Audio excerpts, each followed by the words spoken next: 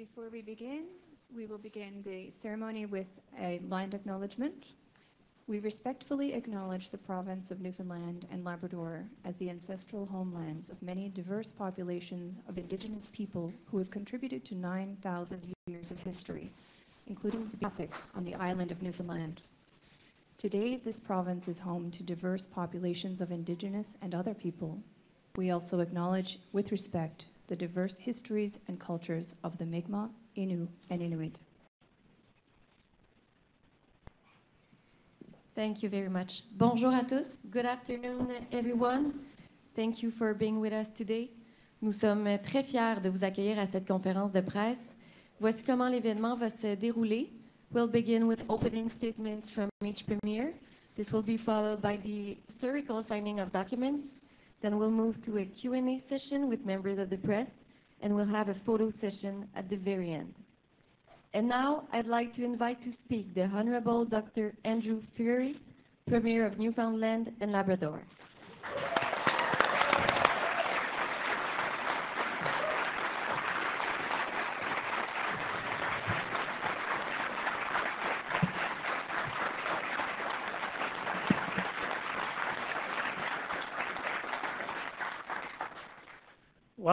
Welcome, Grand Chief. Good afternoon, everyone. I have always been fascinated by the history of Newfoundland and Labrador, this beautiful home of ours. Its many reinventions, victories and losses, booms, busts, and booms again. That's why when a moment like this comes along, I certainly feel the weight of the responsibility to get it right. My friends, I am humbled to deliver some extraordinary news with you all. Today, everything changes for Newfoundland and Labrador.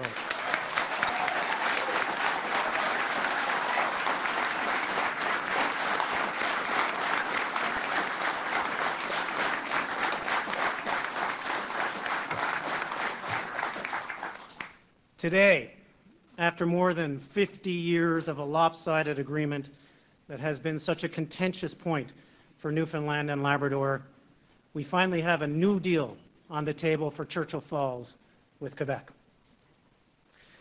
We are ripping up the 1969 contract.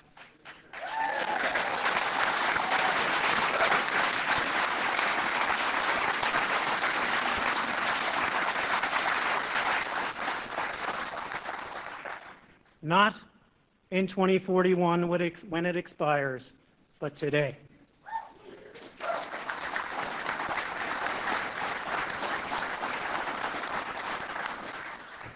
And together with Quebec, we are starting a new chapter.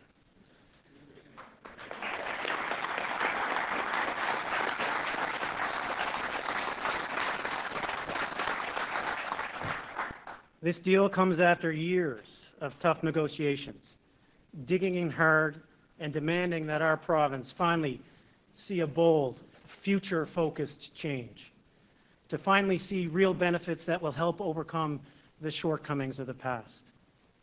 And while we can't change the past, we can use it as the opening lines of a bold new chapter of our province. And in this moment, change her future. With this agreement in place, we will have a generational impact on the growth and the prosperity of Newfoundland and Labrador. I would like to take a moment to acknowledge my friend, Premier François Legault, and his team for joining us here today.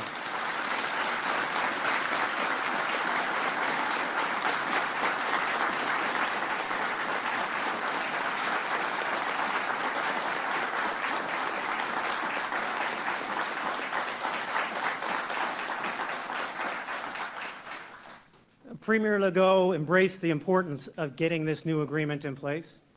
Without his commitment to persevere and to change, with the recognition of the ills of the past, we would not be here. Today, as our province signs a memorandum of understanding on a new energy partnership, we mark a new working relationship, a new partnership with the province of Quebec. We are both partners who see the benefits of Churchill Falls and the river to our provinces and to Indigenous communities. I would also like to thank and acknowledge the Grand Chief of the Innu Nation and his team that are here with us today, and their people who have secured indeed a special relationship with the river through the New Dawn Agreement.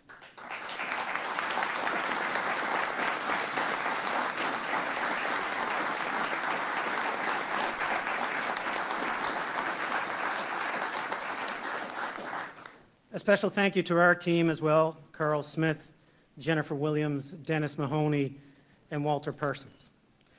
And of course, Minister Parsons, who's here on stage, who's always been a great source of counsel, guidance, and friendship through all of this.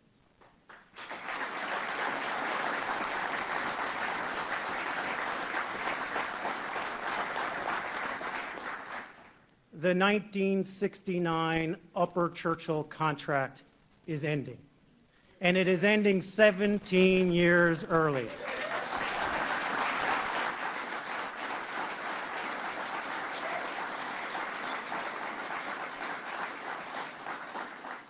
This new deal remedies the inadequacies of the old contract and cements a lucrative path, a fair path forward for Newfoundland and Labrador. It's also a deal that emphasizes our commitment to work with Indigenous communities to continue to build respectful relationships and continue to engage in this important initiative. So my friends, why now? Why 17 years early? The answer is that both provinces will benefit immediately through a new, strong, fair commercial deal. If in Newfoundland and Labrador we wait, we will see almost no revenue for yet another painful generation. Instead, now that void will be filled with our rightful value and our rightful opportunity.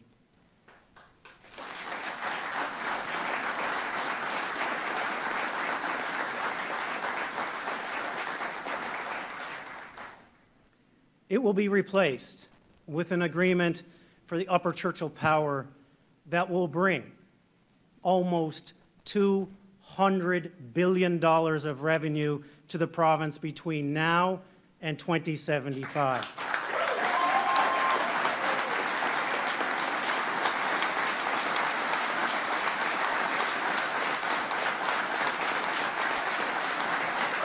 Clap for that. You're going to clap. Clap for $200 billion.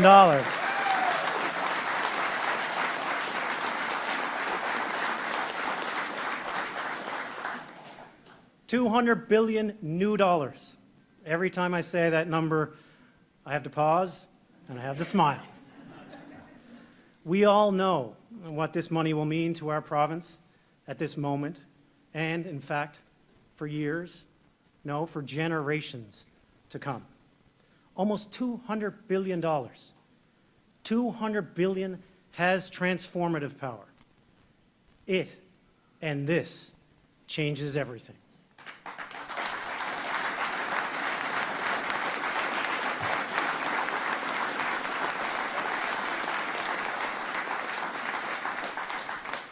Today, we all better understand the value of this resource, and we know that the demand for clean, renewable energy is set to rise. Our new agreement will use a price escalator model that allows the price we receive on our power to grow, a market-based block pricing that will unlock increasing and escalating revenues. No more fixed price, no more free power.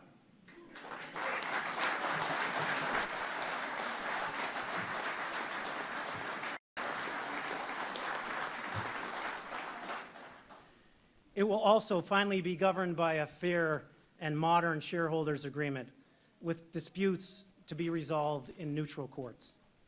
It levels the playing field. If we have the courage to act now, we will see 17 years of extraordinary new benefits for the people of Newfoundland and Labrador. Benefits that will start immediately. This new deal will see $17 billion returned to the province between now and 2041, averaging $1 billion a year starting in 2025.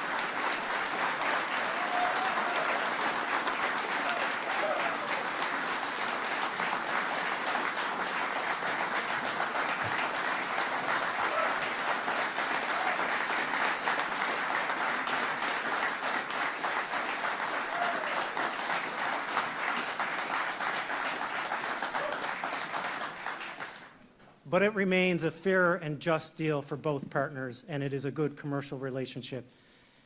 But it will also see our revenues grow to $2 billion a year by 2044 and to almost $6 billion a year by 2060.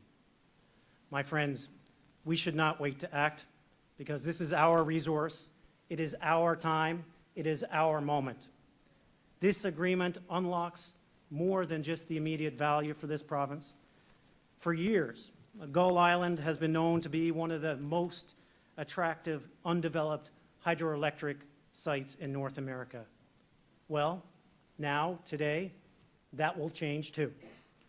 Through this agreement, Newfoundland and Labrador will be the majority owner, and Gull Island will be developed to produce over 2,000 megawatts of additional clean energy. In addition, we will work together to continue to expand Churchill Falls and build a new powerhouse adjacent to the existing facility while upgrading the existing units. Let me be clear. I will not allow our province to ever repeat the mistakes of previous mega projects. Hard lessons were learned from the 1969 contract, harder lessons still perhaps from recent mega projects that threatened to drown our province in debt. We have worked too hard for too long in order to correct these mistakes, to learn from them so as to not repeat them. We will make sure our province is protected against any future financial risk. Hydro-Québec will bear full responsibility for construction risks on the new generation assets, including any cost overruns, and our province will benefit from thousands and thousands of new, real jobs.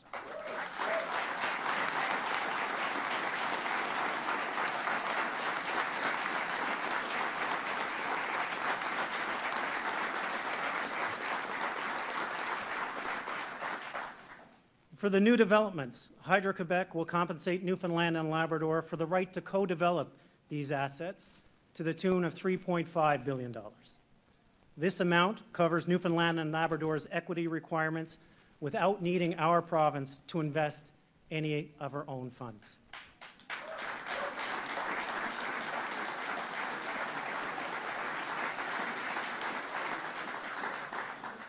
The final component is addressing the transmission infrastructure.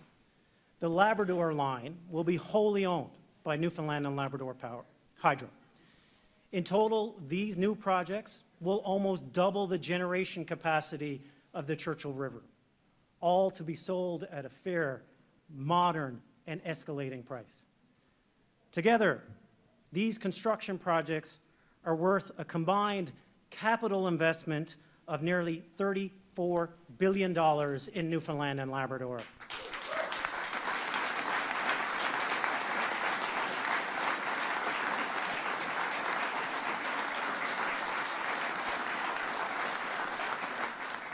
Immediately, 4 new mega projects and tens of thousands of jobs for Newfoundlanders and Labradorians.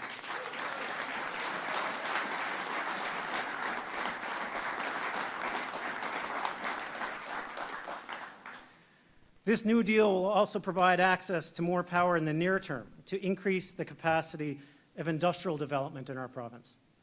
Power that will grow to 4 times the capacity we have now. This means the potential for new development in Labrador can and will become a reality. And, of course, with that means even more real, sustainable, new jobs for Newfoundlanders and Labradorians. So yes,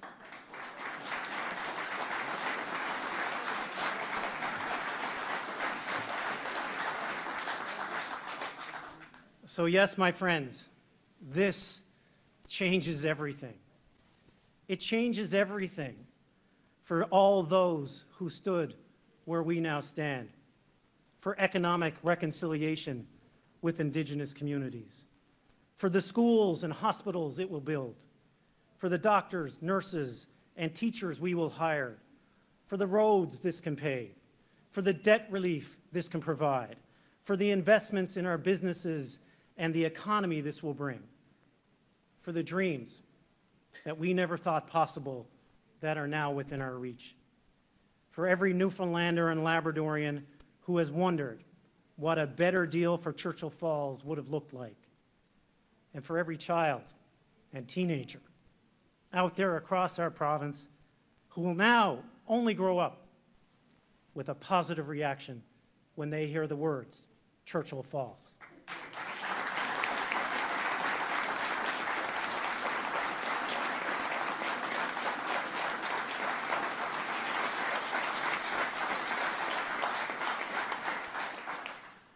The sum total of this new agreement means not 1 billion or even 10 billion, but close to $250 billion to the provincial treasury over its lifespan.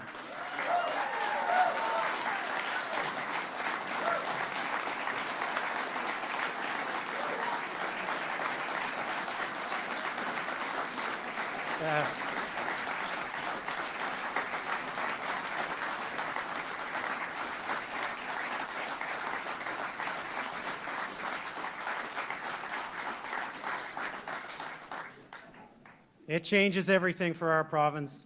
It changes everything for the Innu Nation. It allows us to maximize the value of Churchill Falls, to turn on the potential of Gull Island, to attract new industries, to provide a generation of Newfoundlanders and Labradorians with work. We will bring this agreement to a special sitting of the House of Assembly in early January. But I am also asking everyone in our province to look at it as well. Analyze it, understand what's involved, what it means for this place of ours, for our home, for you, for your family, for your grandchildren, all the things it will generate for our future. This is our moment. It wears no political stripe. Its only agenda is to right a historic wrong.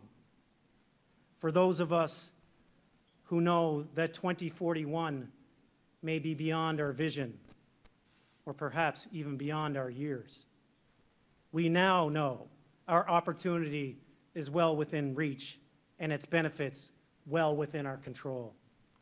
We have shown the strength to persevere through 55 years of a bad deal, the fortitude to negotiate for our benefit, and now the courage to act. My friends, the Newfoundland and Labrador of tomorrow demands that of all of us. This new deal leaves behind the naivety and the short-sightedness of 1969. It doesn't wait to start at some far-off imaginary day. It is here. It is now. This changes everything.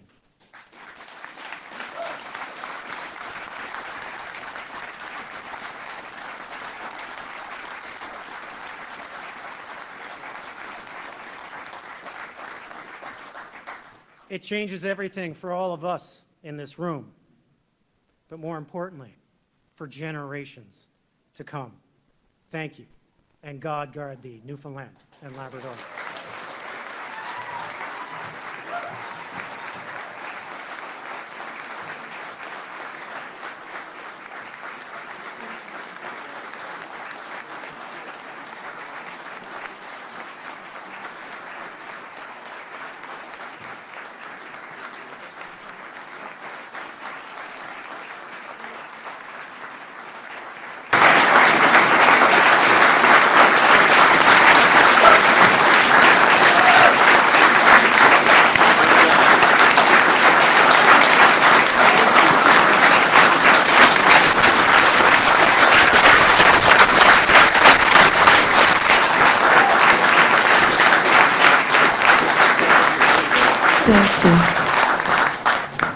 Thank you, Premier Furey. Et maintenant, j'aimerais inviter à prendre la parole le Premier ministre du Québec, M. François Legault.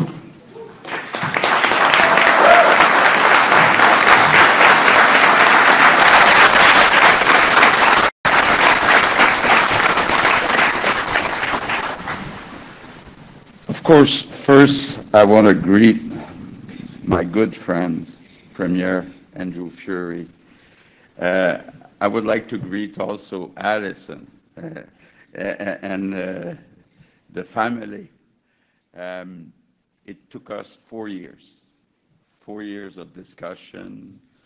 We first developed a confidence relation. Sorry for my English, it's not perfect. We are a distinct society. Yeah.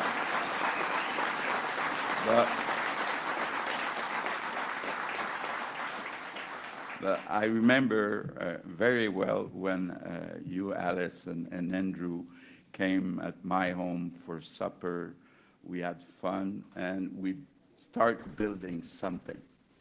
And so for me, it's a great day also. I would like, of course, also to greet Minister of Industry, Mr. Parson, President of Newfoundland Labrador, Jennifer Williams. I would like to greet the Grand Chief of the Innu Nation. Je voudrais saluer notre ministre de l'Industrie et de l'Énergie, Christine Fréchette, Monsieur Aucoin d'Hydro-Québec.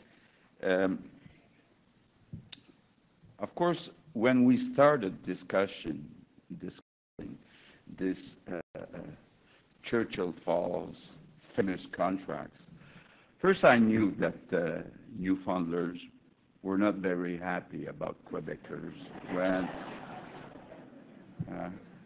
I came here a few times during those 4 years, and I noticed that. Will happen after 2041, because as you know, discussing with the indigenous people, preparing a project, building new dams, you can talk about 10, 12, 15 years. So 2041, it's tomorrow. So we need to know what will happen after 2041. And the other thing also is that we heard, and Andrew spoke to me about Gull Island. And if you consult any expert in North America, they will all tell you that it's the best project in North America. So I wanted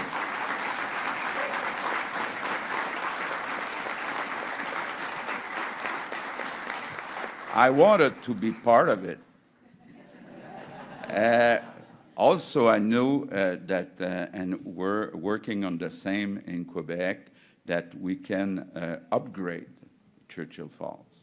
So there's a possibility to increase the capacity in Churchill Falls and get more electricity. And we all need more energy.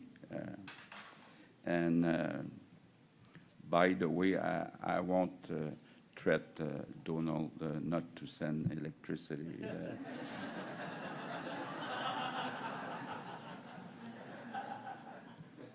I'll switch to French if you want, because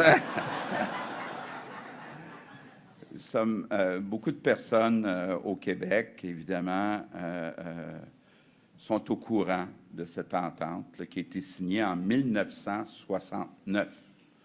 1969 jusqu'en 2041. On voulait savoir au Québec, quand il vient le temps, par exemple, de signer des ententes à long terme avec des entreprises, qu'est-ce qui va arriver après 2041? Il y a même des Québécois qui étaient inquiets de dire qu'est-ce qui va arriver après 2041. On va avoir besoin d'électricité pour nos résidences. Et puis, on était au courant aussi de ces deux projets extraordinaires qui existaient ici au Labrador. Un, Gull Island, un projet au fil de l'eau, donc je ne rentrerai pas dans le détail parce que je ne connais pas vraiment ça, là, mais pas besoin de réservoir et ça permet d'avoir de l'électricité à un coût vraiment, vraiment très bas. Et puis, les possibilités, il y a comme deux projets, là, on les met ensemble, mais de rehausser les turbines qui sont dans Churchill Falls et aussi agrandir, ajouter à la centrale de Churchill Falls. Donc, on a beaucoup discuté depuis 4 ans, Andrew et moi, et je pense que ce qu'on s'est dit dès les premières rencontres, c'est faudrait bien que nos enfants, moi j'en ai 2, là, vous autres en avez 3, dans 50 ans, disent papa ou grand-papa, vous avez fait une bonne job, les deux. C'était vraiment un gagnant-gagnant, win-win, comme on dit en affaires. Donc, très fier d'annoncer aujourd'hui qu'on signe une entente de 50 ans entre le Québec et Terre-Neuve qui a 3 parties. 1, on renouvelle le contrat de Churchill Falls jusqu'en 2075. On agrandit Churchill Falls et on signe un contrat qui devrait aller de 2035 à 2085, donc un autre 50 ans. Puis on va fabriquer, on va construire une nouvelle centrale qui s'appelle Gull Island, puis il va y avoir un contrat de 2035 à 2085. Puis je suis fier de dire, oui, ça vient avec des risques, mais je pense avec les expériences, puis Andrew l'a expliqué tantôt, l'expertise d'Hydro-Québec pour construire puis agrandir ces centrales, je pense que ça va nous assurer tout le monde que ça soit gagnant-gagnant. So it's a win-win deal. Like Andrew said, the Newfoundlanders will get a better price starting not in 2041, starting in 2025. De notre côté, oui.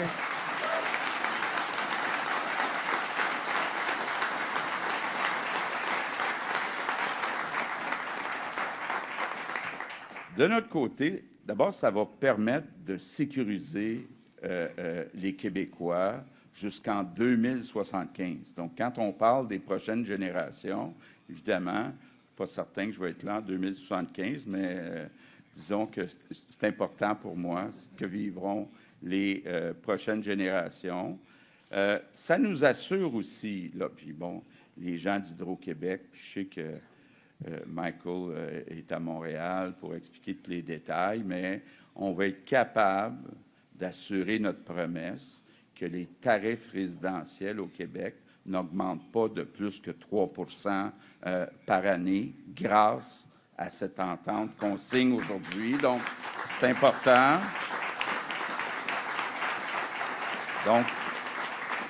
Donc, au point de vue résidentiel, les Québécois vont continuer d'avoir les tarifs parmi les plus bas en Amérique du Nord. Évidemment, deuxièmement, on a ce défi planétaire de décarboner nos sociétés. Et on va évidemment utiliser une partie de cette électricité pour décarboner. Puis troisièmement, bien, on veut utiliser une partie de cette électricité pour avoir des entreprises québécoises qui développent de l'économie verte, ce qu'on doit faire dans l'avenir, être capable d'avoir des produits manufacturiers qui sont faits avec de l'électricité, avec l'énergie propre. Donc, au bout de la ligne, sort un produit qui est propre, qui peut entrer dans la fabrication d'un autre produit. Je pense, par exemple, à l'aluminium. Bien, c'est important d'avoir de l'aluminium vert, pas de l'aluminium gris de la Chine, l'aluminium vert de chez nous. Et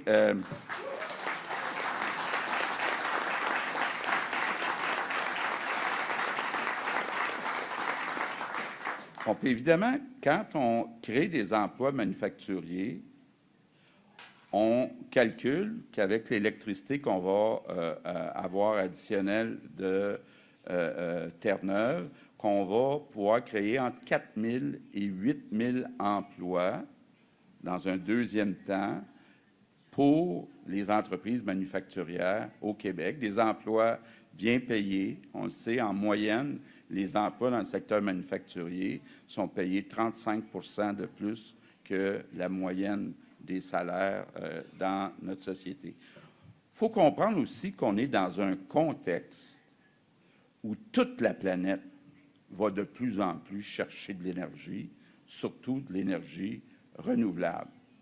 Je lis des analyses aux États-Unis où on dit d'ici 2050, il va falloir au moins doubler la capacité en énergie. Donc, on a la chance, Terre-Neuve et le Québec, de savoir comment construire des centrales. Donc, il faut en profiter. On serait fou de ne pas en profiter. C'est une opportunité extraordinaire qu'on a, les deux provinces ensemble. Bon. Le contrat, parlons un peu de dollars et de cents. Le contrat qu'on signe aujourd'hui sur 50 ans représente un coût moyen de 6 cents pour le Québec par kilowatt-heure. Juste pour vous donner un ordre de grandeur, les autres projets de barrage au Québec qu'on a nous coûteraient entre 13 et 16 cents. Quand il y en a aussi qui nous parlent de nucléaire, bon, puis on n'est pas là-dedans, le coût pour le nucléaire, selon les experts, c'est autour de 17 cents le kilowattheure. Donc, je veux vous dire que c'est gagnant-gagnant. Andrew dit, je vais faire des profits de 200 milliards. Nous, on calcule que si on compare ce 6 cents à ce qu'on aurait payé pour des projets alternatifs, nous aussi, on va sauver 200 milliards. Donc, c'est gagnant-gagnant. 200 milliards pour Terre-Neuve, 200 milliards pour le Québec.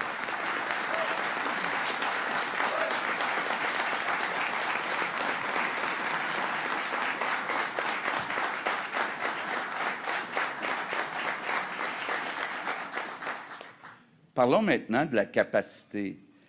Hydro-Québec, c'est 32 000 mégawatts. Sur les 32 000, 15 % viennent de Terre-Neuve, donc 4 800 mégawatts. Avec l'agrandissement de Churchill Falls, puis avec Gull Island, on va augmenter ça de 50 %.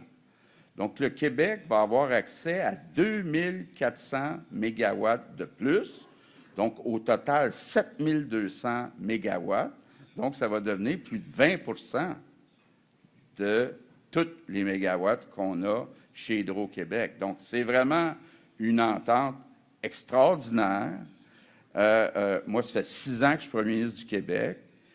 C'est de loin l'entente dont je suis le plus fier. Puis, ce que j'aime, c'est vrai qu'à court terme, on donne plus d'argent à Terre-Neuve. Mais quand on est en politique, il faut penser à long terme. Il faut penser aux prochaines générations. Puis moi, je suis fier de cette entente parce que ça va aider les prochaines générations.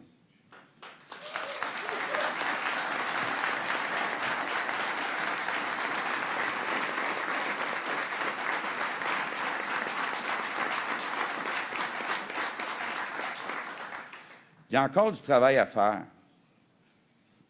Là, on a soupé ensemble hier soir, là, on essaie de se donner.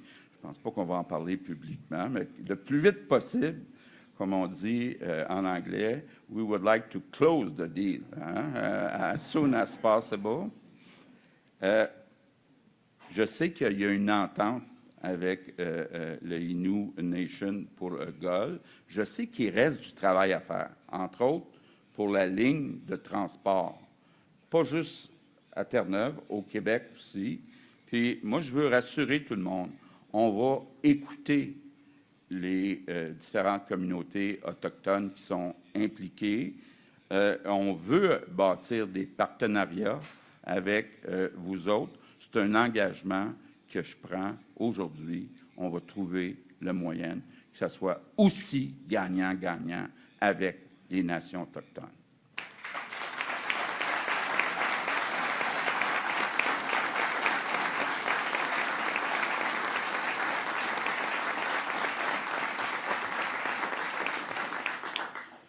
En terminant, je veux encore remercier Andrew pour ta vision, ton courage, ta patience. On se croise souvent au Centre Bell, même si Andrew est un fan des sénateurs. Ouais. But I know that his son is an Habs fan. Good for you. Yeah, good for you. Good for you.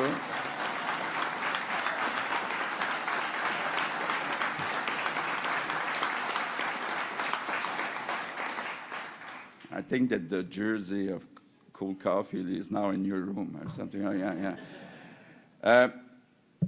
Je veux juste répéter en anglais ce que j'ai dit tantôt. I want in 50 years that our grandchildren be happy about this deal. That's the target. That's the objective. Yeah.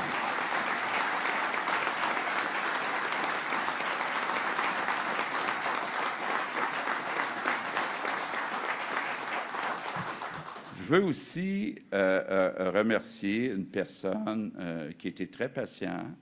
Je ne sais pas qui est le plus dur à négocier, si c'est Andrew ou Michael Sabia, mais Michael Sabia, le président d'Hydro-Québec, est à Montréal actuellement. Il va faire des entrevues, puis il va répondre aux questions compliquées. Là, quoique je vois qu'il y a beaucoup de journalistes du Québec qui sont ici.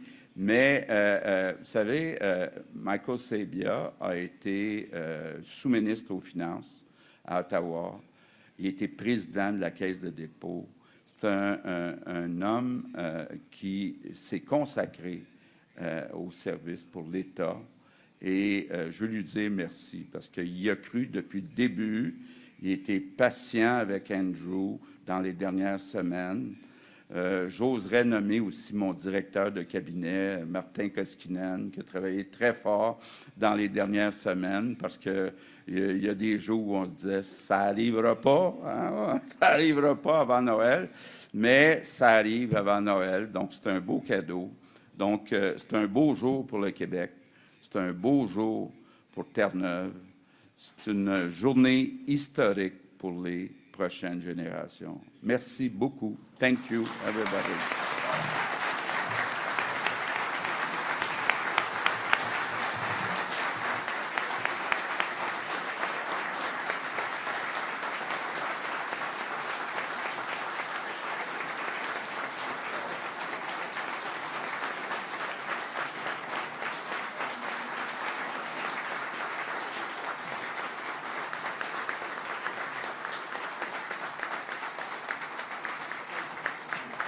Merci beaucoup. Merci, Monsieur Legault. We will now proceed to the historical signing of documents by the Premiers, representing their commitment to this agreement in principle. Nous allons donc procéder à une signature de documents historiques par les premiers ministres qui représentent leur engagement envers cette entente de principe.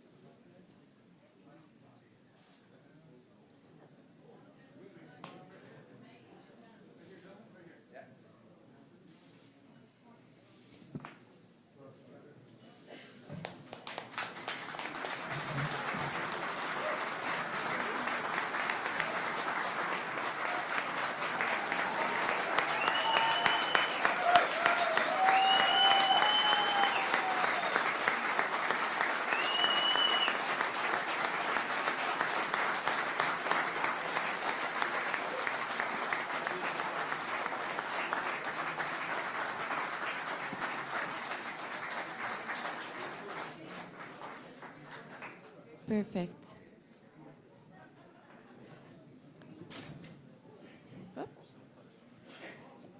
Thank you, everyone. So now, Premier Furey will now join Innu Nation Grand Chief Simon Pokwe at the table next to the stage to confirm Newfoundland and Labrador's commitment to the Innu of Labrador.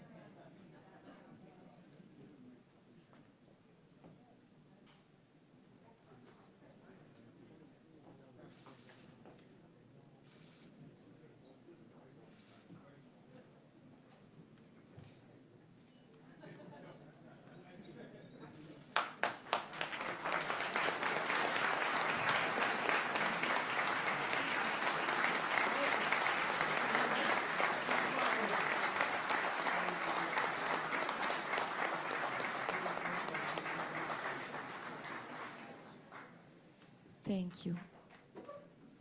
Merci beaucoup. We will now move to the Q&A session. Nous allons maintenant débuter la période des questions destinées aux membres des médias.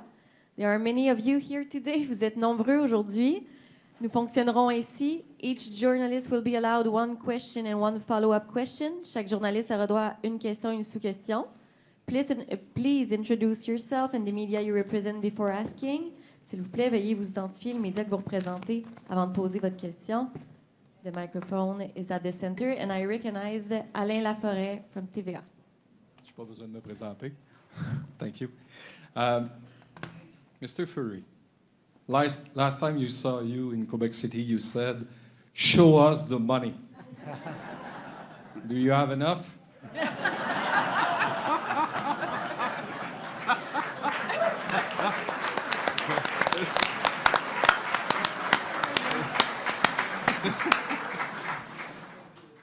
I think it's fair to say that $250 billion and tens of thousands of jobs is enough. It's a fair, but it is, more importantly, it is a fair deal for both parties. It's a good commercial deal that recognizes the ills of the past and creates a new path forward for Newfoundland and Labrador, while allowing Quebec some certainty moving forward. So, Premier Legault did show us the money.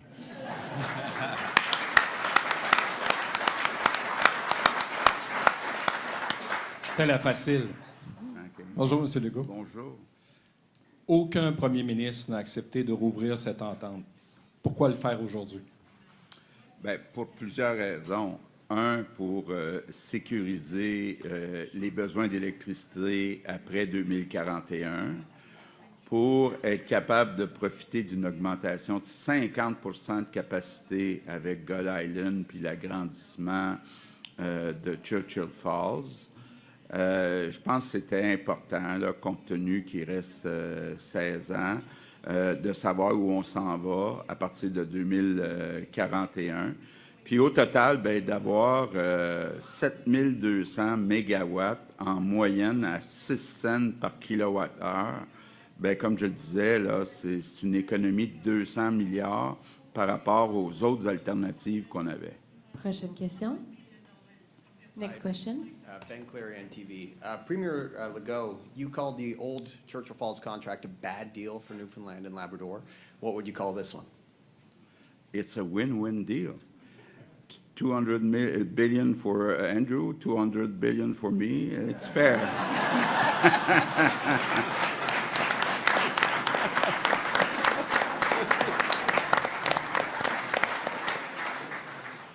And Premier Furey, you mentioned a special sitting in the House of Assembly in January. Will this agreement be debated in the legislature?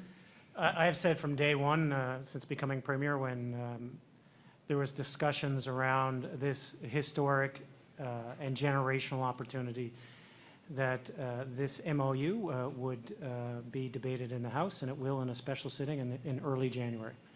I think it's the rightful place for it to be debated. But as I said in my speech, we want everyone to consider it.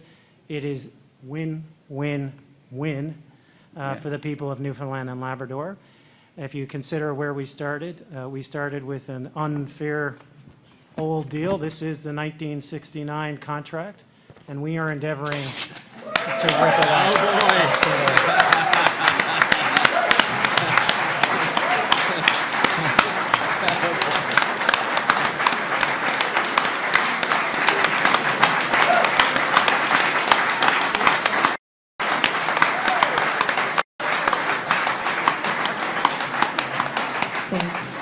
Next question. Next question. Véronique Prince, Radio-Canada, bonjour. Monsieur Legault, est-ce que ça signifie qu'à court terme, on n'a pas besoin de construire de barrages au Québec? Pas du tout. Vous m'avez entendu dire souvent qu'on veut doubler la capacité d'Hydro-Québec. Nos discussions avancent très bien, entre autres avec les CRI, pour rehausser la capacité de la Grande, des barrages à la baie James. Nos discussions avancent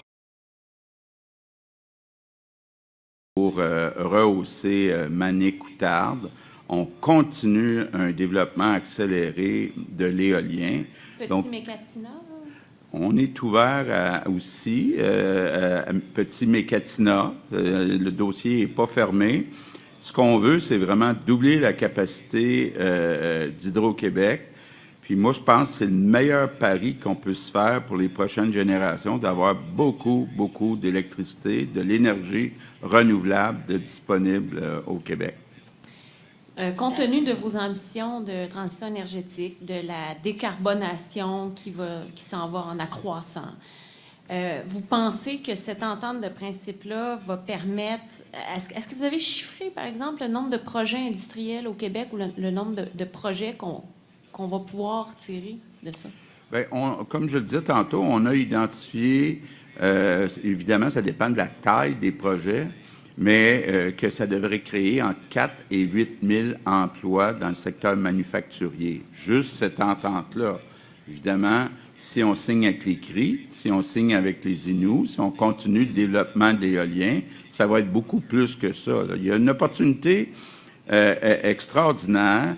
On sécurise l'énergie à un bas coût pour le résidentiel, pour les Québécois. 2, on se donne une marge de manœuvre pour décarboner, même si Québec est premier en Amérique du Nord pour les GES par habitant. Puis, on se donne de la marge de manœuvre pour développer le secteur manufacturier au Québec dans l'économie verte, là, acier vert, aluminium vert, évidemment, la batterie pour les véhicules électriques et autres. Prochaine question. Next question.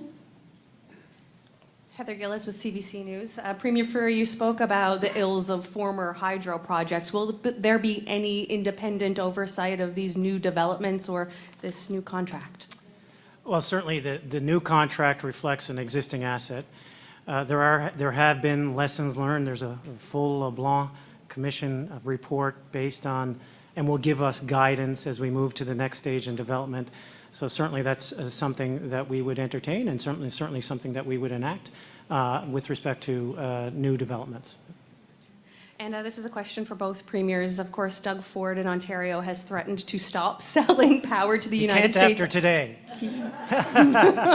No, but he's threatened to stop selling power to the U.S. amid tariff threats from U.S. President Donald Trump. Is that something either parties here will consider as well? Well, I think the Premier and I both share significant concerns when it comes to the suggestion of tariffs, not, by the way, exclusively for the citizens of Newfoundland and Labrador or Quebec or Canada for that matter. These tariffs will have significant impact on families and macroeconomies on both sides of the border. We hope it is just bluster. We're preparing as if it is not. There will be no winners in a trade war.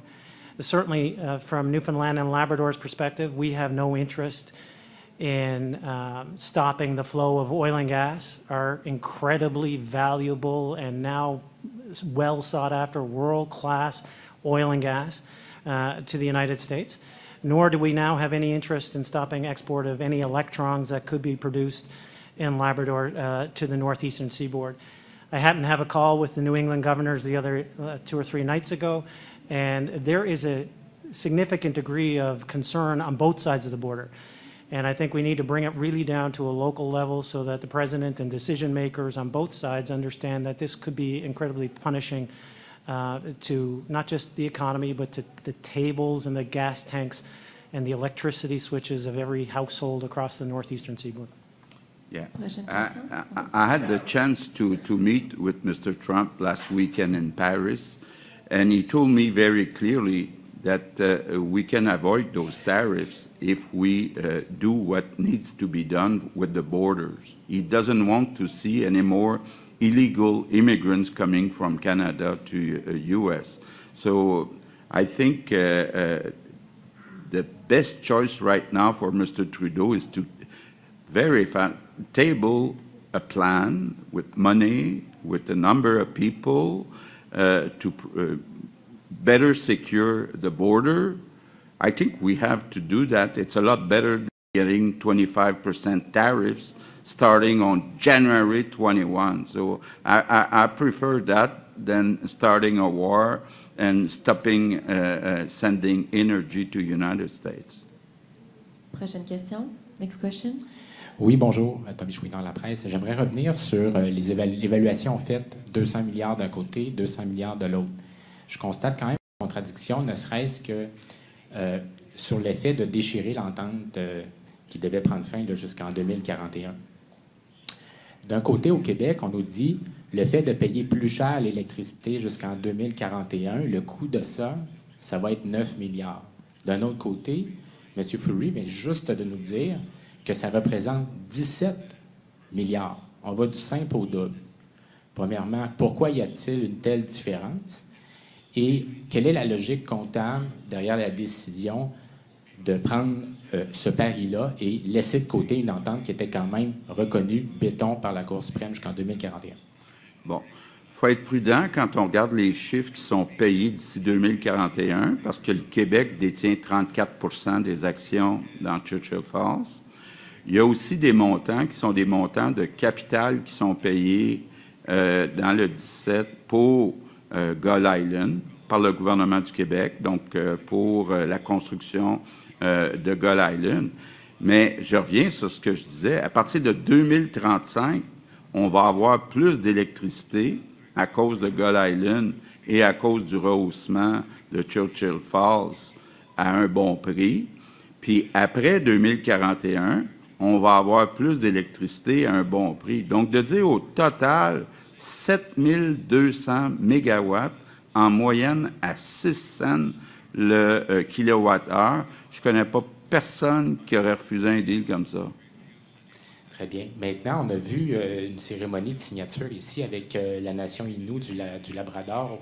Je vais présumer que c'était bien au sujet du développement de Gull Island. Oui. Bon.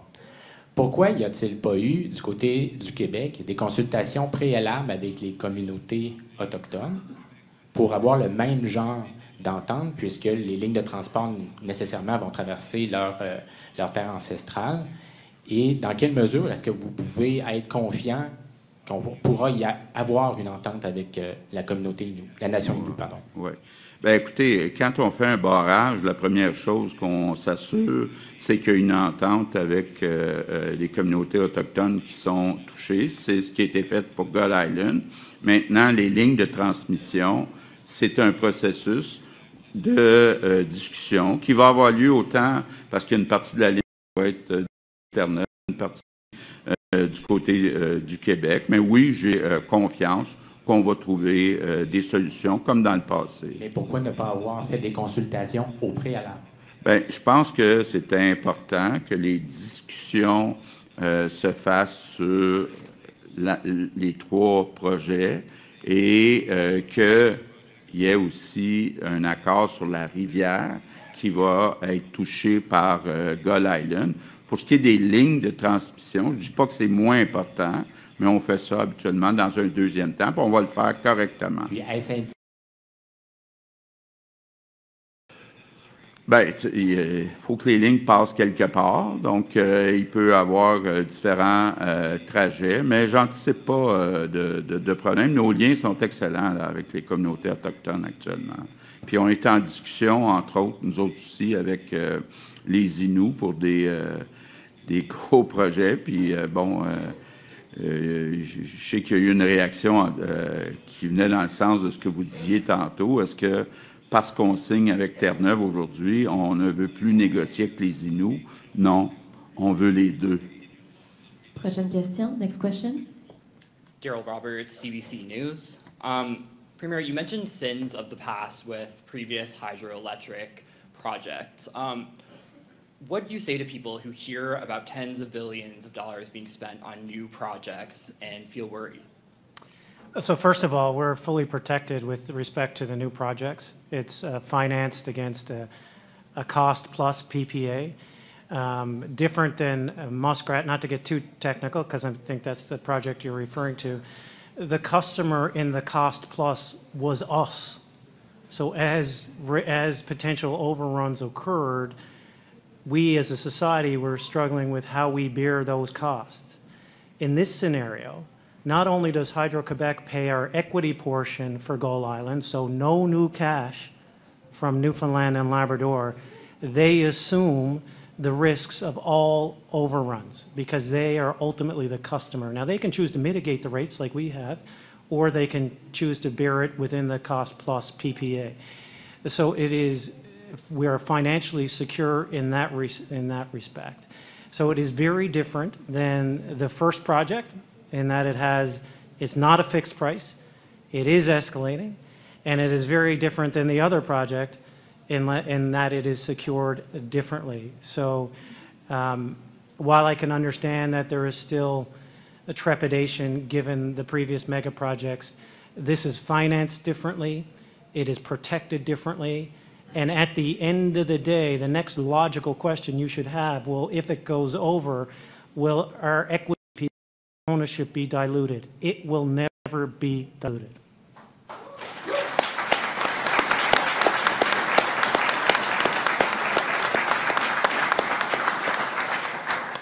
And the commission date for Gull Island just over 10 years away. What needs to happen to meet that date? Sure. So first of all, the Premier and I had a great dinner last night in which we discussed our commitment to accelerate towards definitive agreements quickly, because it's necessarily in both parties' interests. By the way, that's a good sign that it is a good deal for both sides. Not just because of the capacity it can produce, but because of some of the permitting and some of the agreements that have already been in place. So while there is much work to do, we believe that with a partner in place that we can move forward to meet those timelines. Now, anyone would be crazy to get up here and say to you with any project, renovating your bathroom or anything else, that you could say that it would come in on time. But that is the date that we are going to drive towards together. Prochaine question. Nicolas Lachange, Journal de Québec, Journal de Montréal. Vous avez souvent dit, M. Legault, que la transformation énergétique allait créer énormément d'emplois payants au Québec. Est-ce que ça ne vous fait pas un pincement de voir ces employés se créer ailleurs? Non, parce que je suis confiant. D'abord, on a déjà annoncé, puis on va continuer d'annoncer bientôt, beaucoup de projets dans l'éolien. On est confiant de réaliser les projets pour rehausser les centrales de la Grande et de la Côte-Nord. Peut-être faire aussi Petit Mécatina. Donc, non, c'est plutôt le contraire. Là, Michael Sebia me dit « J'ai besoin de 35 000 employés de construction. Allez-vous être capable de former tout ce monde-là dans les prochaines années? » Non, il va en avoir pour tout le monde. Là, puis on veut les deux. Bon, dans le projet aussi, Hydro-Québec étant le gestionnaire, il va y avoir à peu près 400 personnes dans le design. Puis pour les lignes de transmission, il va y en avoir un autre 700 à peu près. Donc là aussi, il y a des emplois. Mais là, déjà, là, il y a tout un défi de trouver assez de personnes dans la construction pour ce qui s'en vient, et dans le nord du Québec et sur la Côte-Nord. Il y a quelques investissements au Québec en ce moment qui ont été un peu échaudés par des deals. On pense à Nordvolt, par exemple, qui fait un peu peur à la population au Québec. Vous avez parlé de risques aussi dans cette entente-là. Tout à l'heure, vous avez dit qu'il y a des risques, c'est certain. Quels sont ces risques? Bien, il y a évidemment, là, on prend le risque sur le coût de construction de Gull Island, mais moi, j'ai confiance en l'expertise d'Hydro-Québec. C'est pas la première fois qu'ils construisent des centrales. Je comprends que Michael est quelqu'un aussi de prudent, donc, comme on dit en bon québécois, il s'est pris des coussins un peu à gauche, à droite. Là, donc, je suis confiant que ces risques-là vont être relevés. Ouais. Next question. Courtney Zwicker with All Newfoundland Labrador. Mr. Premier, I'm curious to know how will the Innu Nation continue to be engaged throughout the process as these mega projects are planned? Well, we're quite grateful to have the partnership with the Innu Nation. We have done some incredible work together over the last few years, but first, let me credit the Innu Nation of having the courage and the foresight to construct a real, solid, and appropriate agreement when it comes to the New Dawn and the Upper Churchill redress. So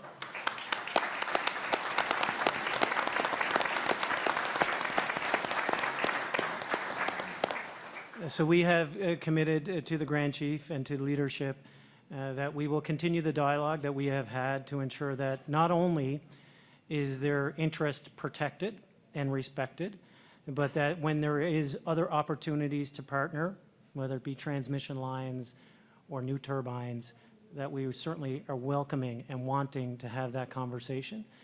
So that pretty much answers that. But we're very, very happy to have that ongoing dialogue and constructive.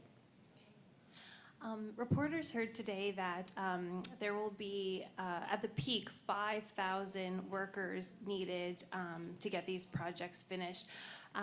What is the plan for developing a pipeline to make sure there are skilled people up there and available to do those jobs? That's a great question. So first of all, I want to make sure everyone understands that these jobs will flow, especially when it comes to Gull Island and the EA that has been laid out in a very prescriptive manner for Gull Island, that they will go to Innu first, Labrador second, and Newfoundland third, and then to the rest of Canada. It is our job now to continue to grow the pipeline for those skilled trades and engineers and others who are going to be required to design and build these projects so that we can fully reap the indirect benefits to the people of this province.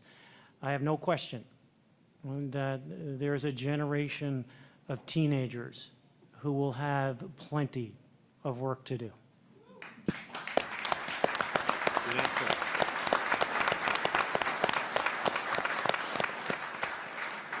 Prochaine question. Oui, bonjour, Marco Belair-Cyrino du Devoir. Monsieur le Premier ministre Legault, votre homologue Terre-Neuvien a mentionné que l'entente sera soumise à l'Assemblée législative ici de Terre-Neuve et Labrador. Est-ce que l'Assemblée nationale du Québec pourra aussi examiner le texte de l'entente et être appelée à voter avant que vous officialisez la signature du Québec? Oui, ça va être examiné, puis ça va être discuté, puis on va être très transparent. Comme vous savez, on a un gouvernement majoritaire, ça peut aider. Donc, on connaît déjà... Mais on va... Non, mais on va quand même là, être transparent. C'est une entente là, de centaines de milliards. Donc, oui, il faut être transparent, puis on va l'être. On a possiblement réglé un dossier litigieux historique entre Québec et Terre-Neuve et Labrador. Qu'en est-il de la frontière? Est-ce qu'aujourd'hui, le Québec et Terre-Neuve s'entendent sur le tracé précis de la frontière entre les deux provinces? On n'a pas eu de discussion là-dessus, là, puis c'est pas un sujet pour aujourd'hui. OK. Although it's not a subject today, it's not a subject ever. OK. Prochaine question, I just s'il vous have a plaît. question for you, Premier Furey. When you woke up this morning, did you say to yourself, it's payback time? No, not at all. I think that the past is the past, but the future is ours to write. And if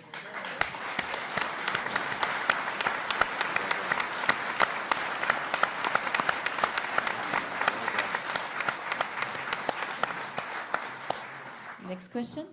Juanita Mercer with the Telegram. In terms of risk to Newfoundland and Labrador, there is a clause in the MOU that, in simple terms, says that Newfoundland and Labrador has to enable the new projects and has to do everything it can to ensure the projects go ahead. If the province is shown to not do that, then the power the province thought it would have access to will be capped. Premier Furey, how concerned are you about this? And Premier Legault, how important was that clause for Quebec and why? So it's important to recognize that that clause is important security for both sides.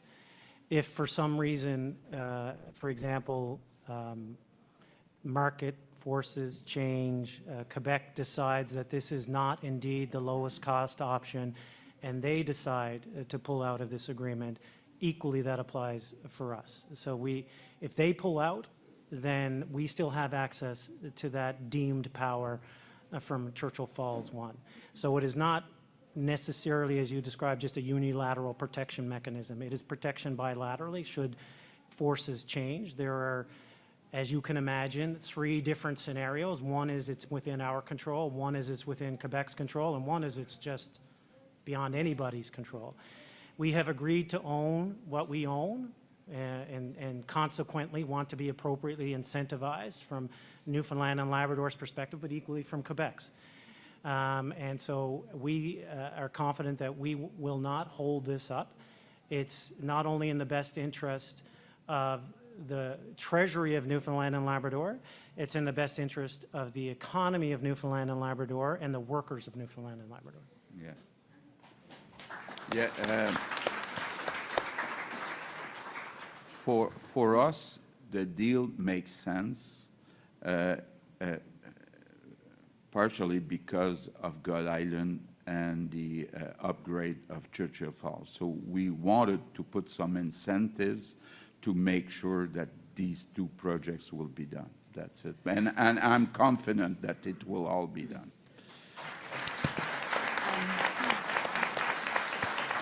But just to be clear, taken out of context, one line of an MOU, the new Churchill Falls PPA is non-conditional.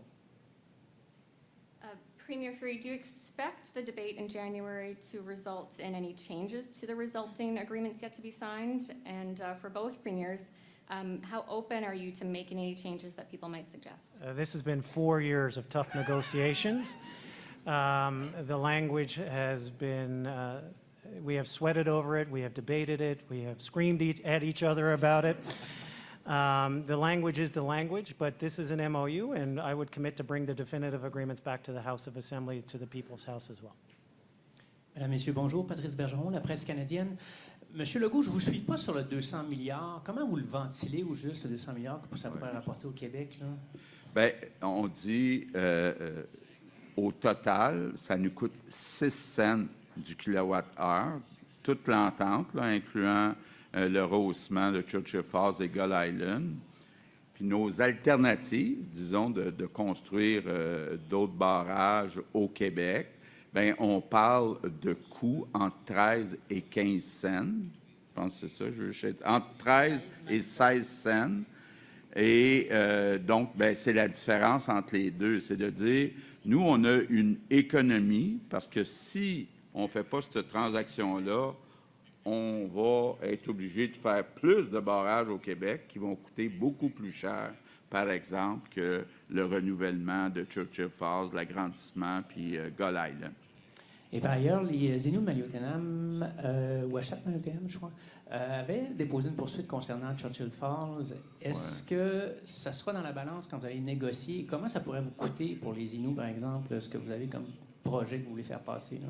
Bien, on a des discussions là, avec Mike McKenzie puis avec les Inuits. Puis je vous dirais, ça va bien. Je suis confiant là, parce qu'on regarde des enjeux pas mal plus gros que cette poursuite-là. Next question. Hi there, Richard Duggan here with VOCM News. So Quebec will be paying $3.5 billion to develop these other mega projects. When does that money flow, and is that contingent on anything? So the first 1.3, give or take, a billion will flow immediately on retro to January 1st, 2025. And it will be reserved. We will treat it responsibly, ensure that we recognize that it needs to be used for potential future equity raise. The rest of that will be paid at the appropriate time with respect to the equity calls in the projects. And just following up on the question that was asked earlier about the Innu Nation, can you speak more about what was done in the lead up to this announcement to rectify some of the concerns that they were bringing forward? Sure, and over multiple Indigenous groups, but in particular the special relationship that the Innu have with the river.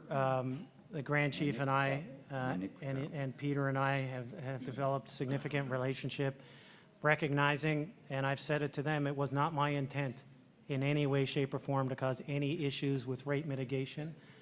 But I had learned from that moment, as good as it was for the province, it was not perceived to be good for the Innu Nation, and consequently we've been striving to work together to redevelop that social relationship, but also ensure that it has economic reconciliation in the forefront. And I believe today is not just a symbol of that economic reconciliation, it is indeed a definitive action that respects the rights as dictated in the New Dawn and the redress of the Innu to the Churchill River.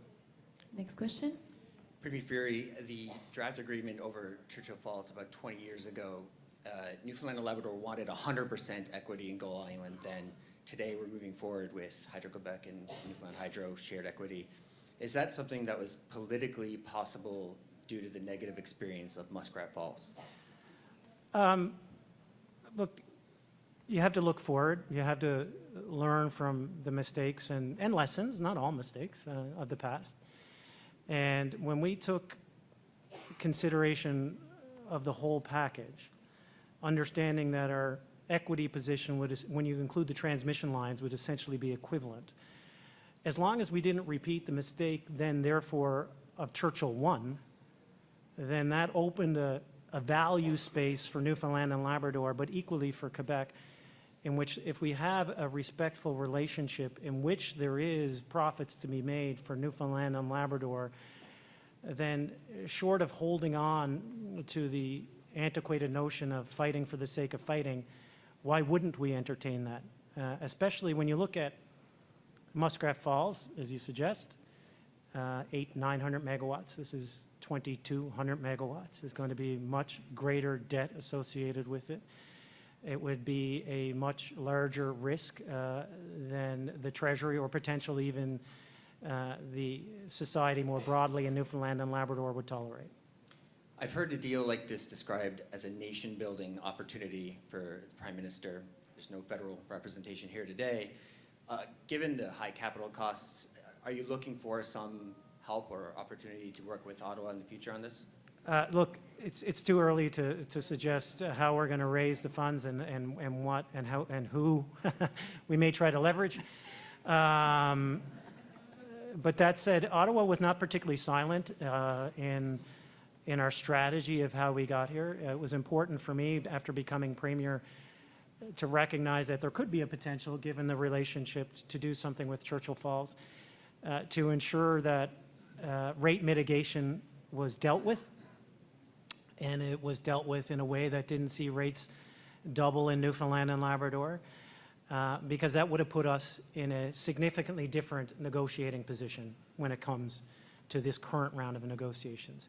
So the federal government, while maybe once removed, had an important role to play with respect to rate mitigation, and that allowed us to position ourselves appropriately as Newfoundlanders and Labradorians at this table, not in a position of weakness, but in a position of equivalence. That said, those discussions about how we finance this moving forward, we'd certainly be open to having discussions, I think, with whatever entity made the most sense financially. Next question. Just a quick question on rate mitigation. The Innu Nation had previously said that if a deal hadn't been struck on rate mitigation in Muskrat Falls, that any new construction would be blocked, or that they were threatening new construction. How is that? Has that issue gone away? Can you explain what has happened to that? Yeah, no problem. So as you may be aware, we had the good fortune to travel to Natwashish and to meet with the Innu Nation, specifically as it pertains to rate mitigation, and the Grand Chief and I and the Attorney General for Newfoundland and Labrador went and reached an agreement with respect to rate mitigation and how it was perceived to impact their future and current benefits. And what is that agreement? That agreement is that agreement is theirs with their knowledge and for them to share. Has there been a change to the New Dawn agreements that allows this to happen? No, this was specific to rate mitigation. Thank you very much. I think this concludes the Q&A session and the press conference. Please remain seated. I now invite the dignitaries in front of the stage for the official photos. Les dignitaires sont invités au devant de la scène pour la photo officielle. Merci beaucoup à tous. Thank you very much, everyone.